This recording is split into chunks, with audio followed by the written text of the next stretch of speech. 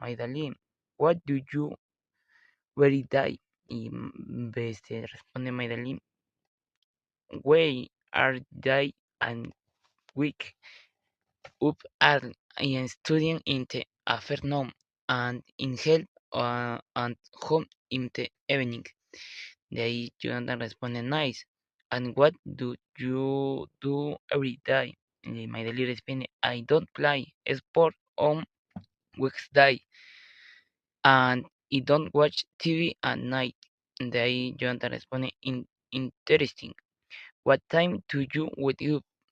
Se responde Maidalin I wake up at 6 a.m. De ahí Jonathan le pregunta and when do you study? Maidalin responde I study at 3 p.m. after lunch. Y de ahí Jonathan le vuelve a preguntar where do you usually study? I study at home in my room. De ahí la Madeline le responde, le pregunta, now is your turn, Jonathan, what do you every day? Si yo respondo, every day I go to work, study at night, and I got me dinner.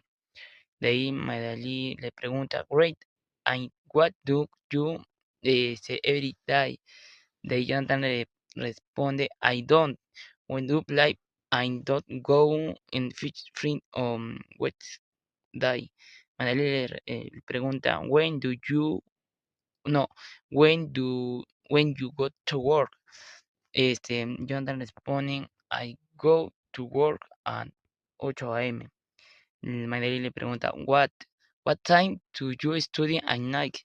Jonathan responde, I studio at 9 p.m.